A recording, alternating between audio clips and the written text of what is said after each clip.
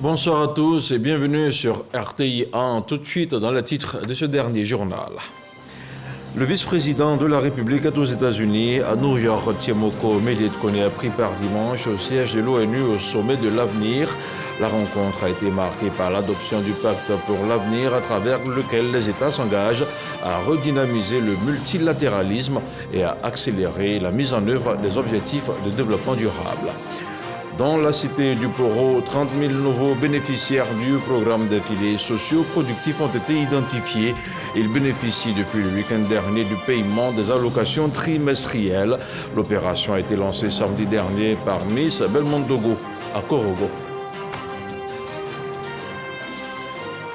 Et puis nous irons en toute fin d'édition à la rencontre de plus jeunes médecins de l'histoire de la Côte d'Ivoire. Âgé de seulement 21 ans, Guy Marcel Etienne suscite au quotidien la curiosité de ses proches et du public. Une équipe de la rédaction de RTI 1 l'a rencontré.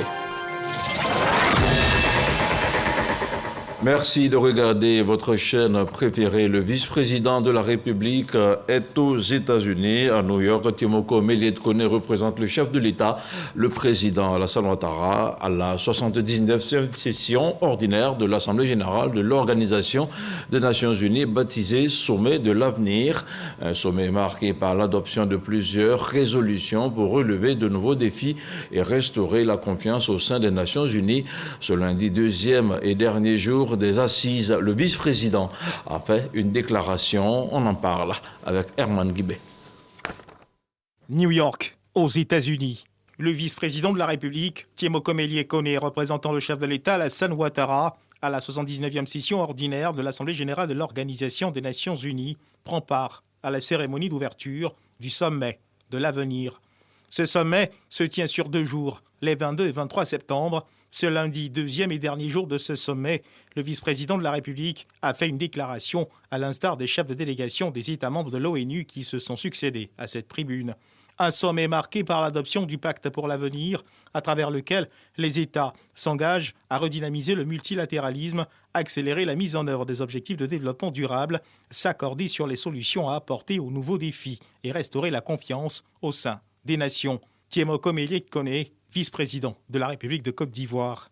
Monsieur le Président de l'Assemblée générale, Monsieur le Secrétaire général, Mesdames et Messieurs, je voudrais, au nom de son Excellence Monsieur Alassane Ouattara, Président de la République de Côte d'Ivoire, vous féliciter pour la tenue opportune de ce sommet. L'ampleur de notre mobilisation témoigne de la juste compréhension des enjeux de ce sommet qui marque un tournant historique dans nos efforts pour refonder notre planète. La paix et la sécurité internationale sont gravement menacées avec des guerres qui n'épargnent aucun continent. Les conséquences humaines et matérielles de ce conflit sont effroyables et aucune solution durable ne semble envisageable. Ces conflits compromettent la cause de la paix, aggravent la faim et la pauvreté et assombrissent l'avenir d'une grande partie de l'humanité confrontée à une faible mobilisation de ressources destinées au financement des objectifs de développement durable. Face à ces défis qui menacent gravement l'avenir du monde, la Côte d'Ivoire réaffirme son appel à une plus grande solidarité entre les nations et à un financement plus adéquat du programme 2030 et de l'agenda 2063 de l'Union africaine. Dans cet esprit, mon pays se réjouit de l'élan de solidarité qui a permis l'adoption des documents ambitieux de notre sommet, à savoir le pacte pour le futur et ses annexes. Notre grande attente est que ce pacte favorise l'avènement d'un monde juste et durable à travers des actions concrètes et déterminées. Nous devons par conséquent tout mettre en œuvre pour rétablir la paix partout où les conflits sévissent. Je me réjouis du soutien apporté aux initiatives du secrétaire général des Nations Unies ainsi que de la priorité accordée à la prévention de toutes les formes de violence et de menaces sécuritaires, de même que le règlement pacifique des différends. Monsieur le Président, dans les domaines de la science, de la technologie, de l'innovation et de la coopération numérique, nous devons intensifier la coopération multipartite et les partenariats pour renforcer les capacités transférer les technologies et mobiliser les ressources financières nécessaires afin de faciliter l'accès aux opportunités offertes par la science et la technologie, de stimuler l'innovation, de réduire la fracture numérique et améliorer la gouvernance des technologies émergentes, en particulier l'intelligence artificielle. Le pacte numérique que nous venons d'adopter s'inscrit dans cette dynamique et permettra, nous en sommes convaincus, d'aborder de manière spécifique ces enjeux fondamentaux. S'agissant des jeunes et des générations futures, la promotion d'une éducation de qualité, l'inclusion sociale et la représentation des jeunes dans les instances décisionnelles sont primordiales. Elles feront d'eux des agents de développement pour l'édification et la transformation des sociétés modèles. Enfin, une gouvernance mondiale plus juste, plus représentative et plus inclusive est plus que jamais nécessaire. À cet effet, le multilatéralisme doit être revitalisé pour encourager une coopération internationale plus étroite et plus efficace.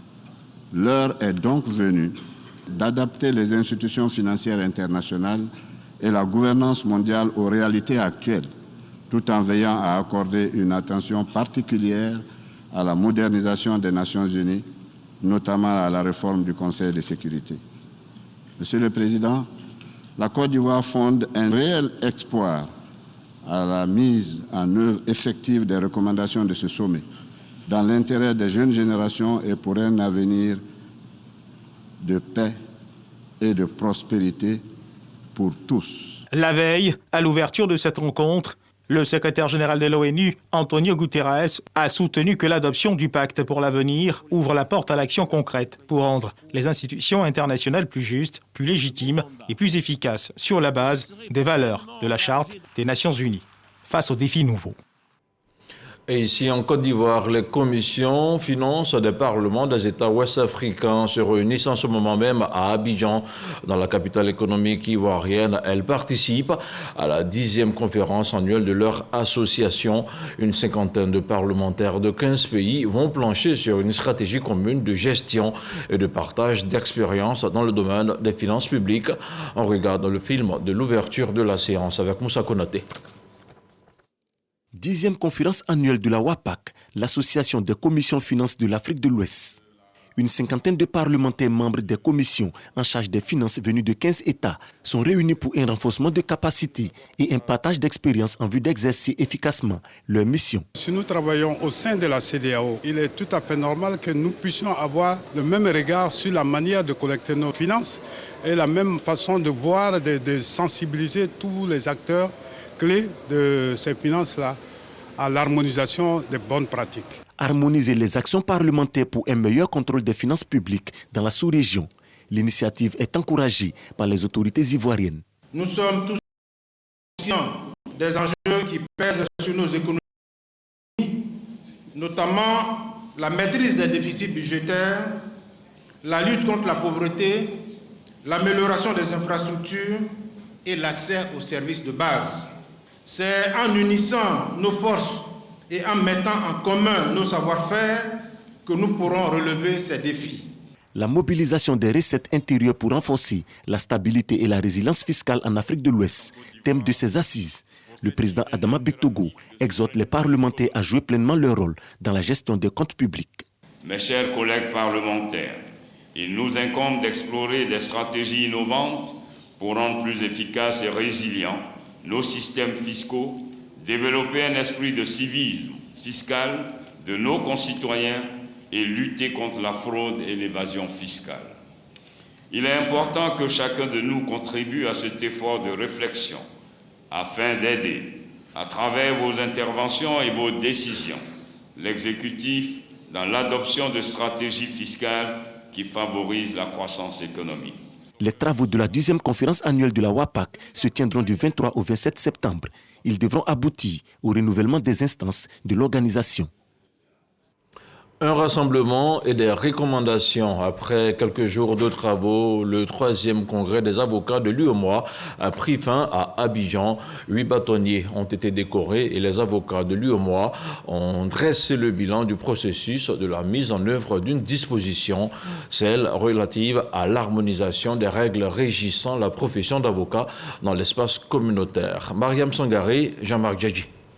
Après 2 jours de réflexion, le 3e congrès des avocats de l'UEMOA a pris fin. À cette occasion, 8 avocats sont décorés pour le service rendu à la nation. Cette distinction dont vous nous honorez est due à notre mérite pour ce que nous avons fait pour la promotion du droit dans l'espace UEMOA.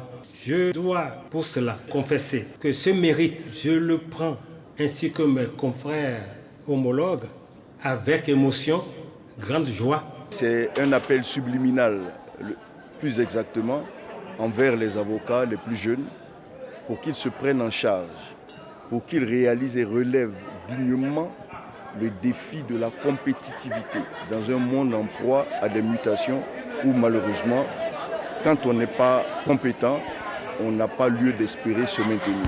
Pour cette 3e réunion qui a pour thème 10 ans d'application du règlement numéro 5, retour vers le futur de l'avocature de l'espace UEMOA, les participants ont formulé des recommandations, parmi lesquelles figure la mise en place d'un observatoire des libertés et des droits de l'homme au sein de l'espace UEMOA, la protection des avocats en matière de poursuites judiciaires. La prochaine édition de ces assises est prévue au Mali. Dans le cadre de sa 15e session ordinaire, la Commission technique, administrative et financière de l'Union du fleuve Mano fait son bilan à Abidjan. Ouvert ce lundi, le conclave des experts des 4 pays membres de l'Union va passer en revue les réalisations, les défis et les perspectives de l'institution régionale. Plus de détails avec Dangui Dangui. Stratégie de mobilisation des ressources financières, projet de budget 2025, examen des projets et programmes de l'Union du fleuve Mano. Ce sont là, entre autres, les points au menu de la 15e session ordinaire de la Commission technique, administrative et financière de l'Union du fleuve Mano qui se tient à Abidjan, en Côte d'Ivoire. Alors vous savez, quand vous êtes à la tête d'une institution comme l'Union du fleuve Mano, il est très important que vous fassiez des rapports, des audits et des recommandations chaque année. Et nous sommes ici aujourd'hui, bien sûr, pour pouvoir faire le point de notre exercice pendant l'année 2023-2022 et aussi donner la possibilité au comité technique, administratif et financier de pouvoir faire des recommandations, des observations et améliorer ce que nous avons pu faire et ce que nous devons faire pour les années qui viendront. L'Afrique de l'Ouest est en pleine transition politique, économique, sociale et écologique. Dans cet environnement quelque peu perturbé, notre organisation doit consolider ses acquis économiques, sociaux et culturels et saisir les opportunités pour garantir le mieux-être de ses populations. L'Union du fleuve Mano a été créée en octobre 1973 et est composée de 4 pays membres, à savoir la Côte d'Ivoire, la Guinée, la Sierra Leone et le Libéria.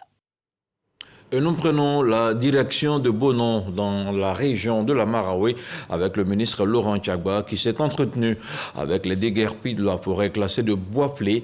Un discours d'apaisement teinté de fermeté, avec au bout une solution consensuelle. Il a appelé à la suspension des opérations de déguerpissement et les élèves impactés seront assistés. Didier Nguessan. 297 habitations reparties dans 12 campements logés dans la forêt classée de Boisflé ont été récemment déguerpis par les services des eaux et forêts. L'opération, qui a duré une demi-journée, a dû être suspendue urgemment par le ministre des eaux et forêts, Laurent Tchagba, au regard d'une tournure malencontreuse. À Bonon, région de la Maraoué, il rencontre la population déguerpie. L'objectif est d'apaiser les tensions tout en restant ferme dans les missions de protection de la forêt et de préservation de la biodiversité. Au nom des déguerpis, les élus locaux sont réceptifs au message de dialogue. Nous ne sommes pas contre le déguerpissement de nos parents dans la zone forestière des Sauts de Fort, non. Mais dans le dialogue, et dans le dialogue, on trouve toujours une solution. Nous allons travailler désormais de concert pour qu'on trouve une solution qui arrange tout le monde. Soucieux des engagements internationaux de la Côte d'Ivoire sur la production du cacao en zone forestière, Laurent Tchagba travaille à réduire l'infiltration des forêts classées. Toutes les informations que les gens donnent sur les réseaux sociaux, ce ne sont pas des informations avérées. Avec les populations, nous nous sommes entendus et l'activité est suspendue. Les populations, avec les députés, avec le préfet de région, le préfet du département, nous allons chercher à trouver des solutions pour régler les problèmes collatéraux. Ceux qui sont encore dans la forêt, on va encore sensibiliser. Lorsque ce serait prêt et que tout le monde est d'accord, alors on va reprendre l'activité. Le ministre des Eaux et Forêts invite la population des campements non encore impactés par les déguerpissements de prendre toutes les dispositions pour sortir de la forêt classée de Boisflé. Le gouvernement se rapproche des populations vulnérables. La ministre de la Cohésion nationale, de la Solidarité et de la lutte contre la pauvreté était le week-end dernier dans la cité du Poro. À Korogo, Belmondo Dogo a procédé au lancement officiel du paiement des allocations trimestrielles. 30 000 nouveaux ménages bénéficiaires du programme des filets sociaux productifs sont concernés. Le programme, qui vise à améliorer les conditions de vie des plus vulnérables, s'inscrit dans la continuité des efforts déployés depuis 2017. Il devrait à terme toucher plus de 300 000 ménages à l'horizon 2026 avec un financement de 121 milliards de francs CFA. Les détails avec Michel Mambo, Sogodogo. 30 000 nouveaux ménages bénéficiaires du programme des filets sociaux productifs. Des allocations trimestrielles réparties sur 17 régions en Côte d'Ivoire. La ministre de la Cohésion nationale, de la Solidarité et de la lutte contre la pauvreté, Miss Belmondo Dogo, est à Korogo, dans le nord du pays, pour procéder au lancement officiel du paiement des allocations dans cette zone. Il s'agit d'un montant de 36 000 francs CFA par trimestre sur 3 ans. Conscient des efforts du gouvernement pour l'amélioration des conditions de vie des plus vulnérables, nous, nouveaux bénéficiaires du programme filets sociaux, prenons l'engagement de faire usage des transferts qui nous seront alloués, de participer activement à toutes les activités liées au programme et d'entreprendre des activités génératrices de revenus. Pour plus d'efficacité, le défi aujourd'hui scruté par la tutelle est celui de la participation inclusive. Lancé en 2017, les opérations de transfert monétaire dans le cadre des filets sociaux avaient touché jusqu'au mois de juin 2024 402 000 ménages bénéficiaires. À cette date, c'est un montant total de 140 milliards qui avait été déjà redistribué aux ménages. L'extension de 402 000 ménages à 432 000 ménages que nous lançons ce jour permettra d'atteindre d'ici la fin de l'année 2024 un volume global de 157 milliards redistribués au plan national. Menée de cette façon, la lutte contre la pauvreté obtient l'assentiment général. Pour le président du Conseil régional du Poro, Fidel Sarasoro, ce programme est une aubaine pour les populations les plus vulnérables. Ça me donne l'occasion d'exprimer ma gratitude à son Excellence, Monsieur le Président de la République, son Excellence Alassane Ouattara, qui au quotidien œuvre pour le bien-être des populations. Nous mesurons l'impact et l'effectivité de ce programme qui transforme au quotidien le vécu des populations. Des agents encadreurs ont reçu à l'occasion du matériel. 10 engins d'une valeur totale de 200 millions de francs CFA. Des familles déjà bénéficiaires ont également été visitées et félicitées pour les bonnes pratiques. On reste à Korogo où il s'est tenu la cérémonie solennelle de la rentrée universitaire 2024-2025 des universités et grandes écoles publiques et privées de Côte d'Ivoire. C'est à l'université Peleforo Gon Coulibaly que le ministre de l'Enseignement supérieur et de la Recherche scientifique a donné le top départ de la rentrée des classes aux corps enseignants et aux étudiants. Le professeur Adama Diawara a donné des orientations pour une année académique réussie. Jean-Yves Zadi, Kader Sogodogo. C'est l'université Peleforo Gon Coulibaly qui abrite cette année la cérémonie solennelle marquant la rentrée 2024-2025 des universités et grandes écoles de Côte d'Ivoire. Le premier semestre débute le 23 septembre 2024 et prend fin le 22 février 2025.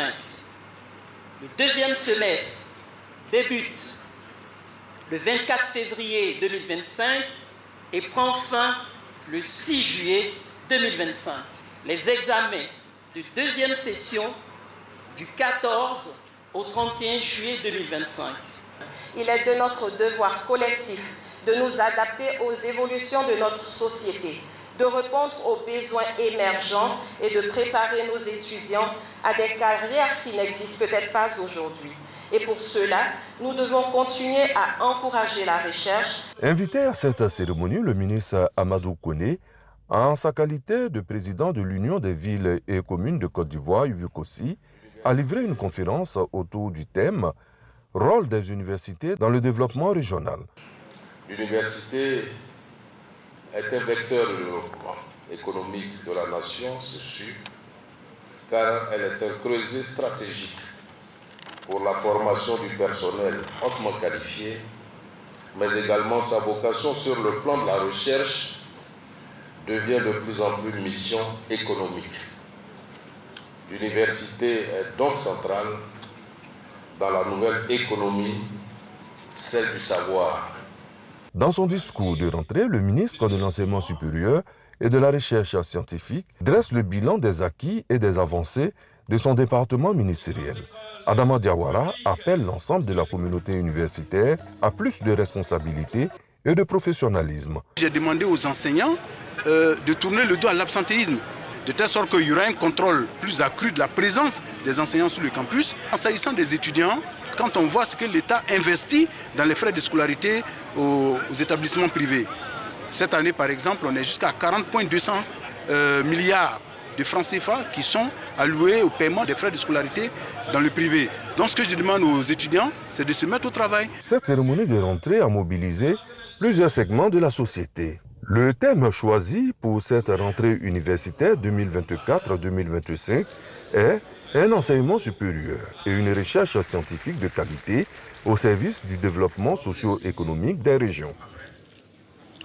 Il n'a que 21 ans et il est déjà le plus jeune docteur en médecine de Côte d'Ivoire.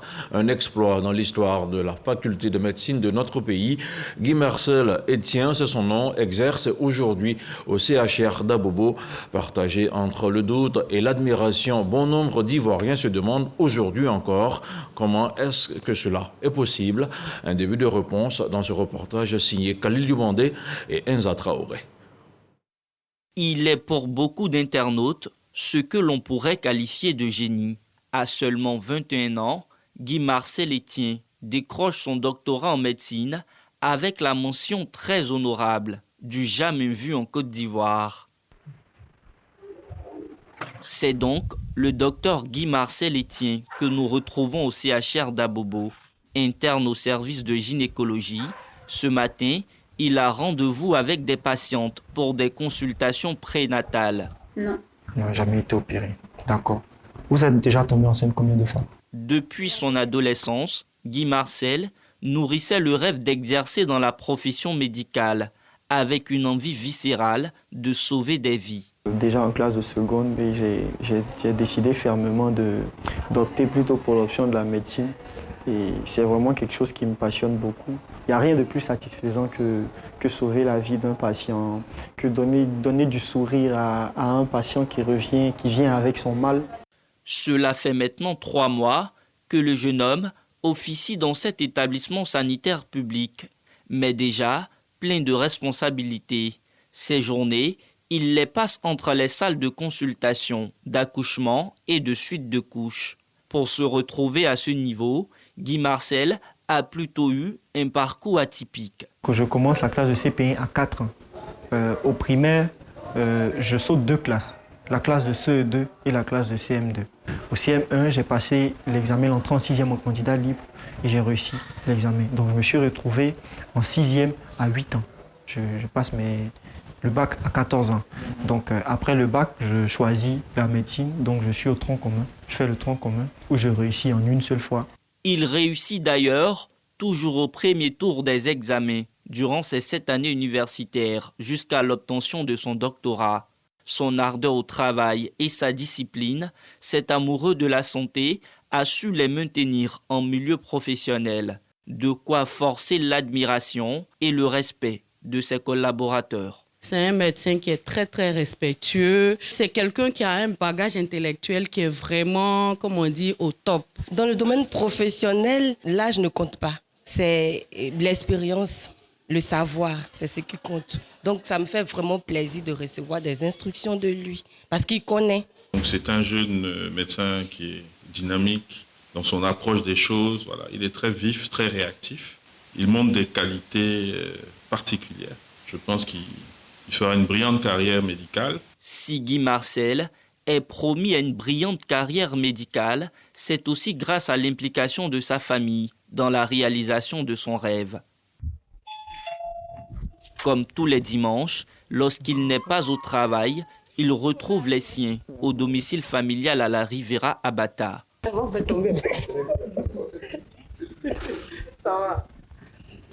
Sa génitrice nous confie que la passion du jeune docteur pour la médecine naît à l'issue d'une opération chirurgicale qu'elle a subie. Il était malade. Quand il a vu ma souffrance, et puis il avait à l'âge de 12 ans. Il dit, c'est comme ça, il a fait médecine pour pouvoir aider ma maman. Et je remercie le bon Dieu parce qu'il est devenu docteur. Vraiment, il avait cette haine-là d'être toujours le meilleur. Et déjà, en deuxième année, il annonçait que lui, il y a quelqu'un qui a été médecin à 25 ans, que lui sera le plus jeune médecin, il va battre ce record-là à 21 ans. Oui, en deuxième année, et il l'a fait. Aujourd'hui, Guy Marcel n'est pas que le premier plus jeune médecin de l'histoire du pays, mais aussi l'unique de sa famille, une source de motivation pour son frère cadet qui bénéficie de son encadrement. Il est un modèle pour moi parce qu'il travaille bien. Ça me motive à travailler aussi. Comme je dis toujours, pour un homme qui a des rêves, il faut toujours s'appuyer d'abord, en premier lieu, sur Dieu. En plus de ça, il faut croire en soi-même. Il faut croire en ses rêves. Et je pense que si tu crois en toi et que tu te donnes à fond, tu te concentres sur le travail, il n'y a aucun moyen que tu puisses échouer. Après l'obtention du doctorat, notre champion reste focus sur son prochain défi, celui de devenir professeur en médecine. En attendant la réalisation de cette ambition, sa famille et lui bénissent le Seigneur pour son parcours, pas comme les autres. Docteur Guy Marcel est un modèle de réussite pour tous les jeunes de Côte d'Ivoire. On parle maintenant de diplomatie avec le Royaume d'Arabie Saoudite qui célèbre son unification le 23 septembre de chaque année. Une commémoration qui dure maintenant 94 ans dans notre pays. La commémoration a été marquée par le renforcement des liens de coopération entre Yamoussoukro et Riyad. Un reportage signé Théodore Zouzou.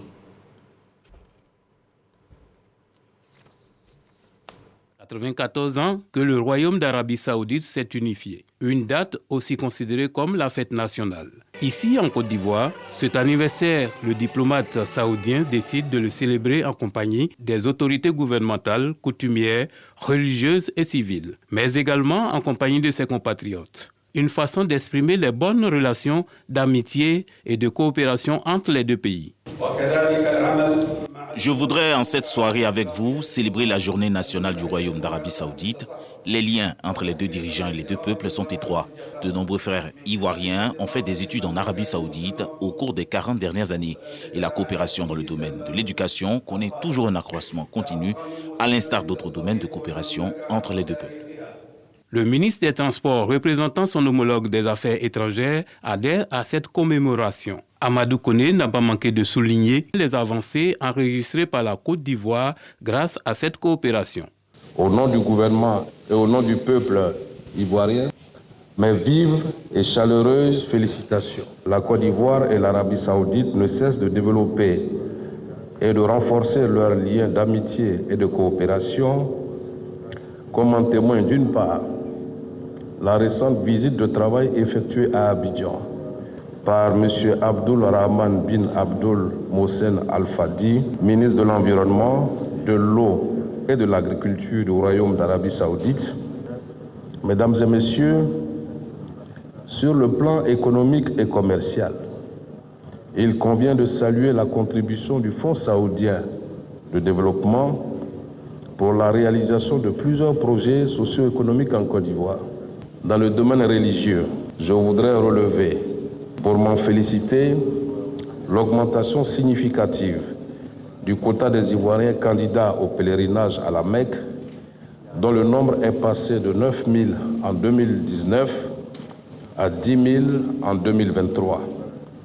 Et l'admission de la Côte d'Ivoire sur la liste très restreinte des pays éligibles à l'initiative Route de la Mecque. Selon l'ambassadeur du Royaume d'Arabie Saoudite en Côte d'Ivoire et le ministre des Transports, un renforcement de cette relation est envisagé. Il va permettre aux deux pays d'en tirer davantage profit. Et pour terminer ce journal, ce communiqué de la Haute Autorité de la Communication Audiovisuelle ACA relatif aux mesures des audiences des médias audiovisuels en Côte d'Ivoire. La mesure des audiences des médias audiovisuels fait l'objet d'une réglementation précise en Côte d'Ivoire depuis la promulgation de la loi numéro 2017-868 du 27 décembre 2017 portant régime juridique de la communication audiovisuelle tel que modifié par la loi numéro 2022-979 du 20 décembre 2022. En effet, l'article 7 nouveau de la dite loi dispose que la ACA est chargée d'assurer l'encadrement de la mesure des audiences des médias et de certifier les résultats des études réalisées. Par le thème « Mesure des audiences », la ACA entend toute mesure de consommation par des individus de programmes audiovisuels diffusés et ou mis à disposition par les médias audiovisuels, ainsi que toute mesure de leur notoriété au niveau national, local ou privé.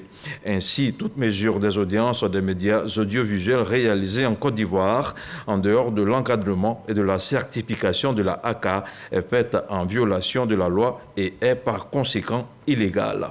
La ACA informe qu'en raison des risques de déstabilisation de l'écosystème des médias audiovisuels, toute réalisation de mesures des audiences et de notoriété des médias audiovisuels non conformes à la législation en vigueur est interdite. La ACA rappelle être engagée à mettre en place dans les tout prochains mois une mesure des audiences et de notoriété des médias audiovisuels consensuels, unique et conforme à la législation en vigueur et à laquelle ont adhéré toutes les chaînes nationales de la TNT. Dans l'hypothèse où une personne morale ou physique souhaiterait réaliser des mesures d'audience et ou de notoriété sur un parc privé de clients, elle n'est autorisée à le faire qu'aux conditions suivantes. Utilisation interne et strictement confidentielle, limitée aux employés de la dite personne morale ou physique. Non-identification individuelle d'un média, sauf autorisation expresse de celui-ci. Validation par la ACA de la méthodologie utilisée, notamment le recueil et la présentation des données. Et enfin, le non-respect des dispositions du présent communiqué expose le contrevenant à des sanctions prononcées par la ACA sans préjudice d'éventuelles demandes de réparation formulées par les parties qui s'estimeraient lésées. Fait à Abidjan le 20 septembre 2024 pour la ACA, le président Maître René Bourgoin. Ainsi se referme ce chapitre d'information. Je vous retrouve demain soir pour la dernière édition, le 23h. Bonsoir.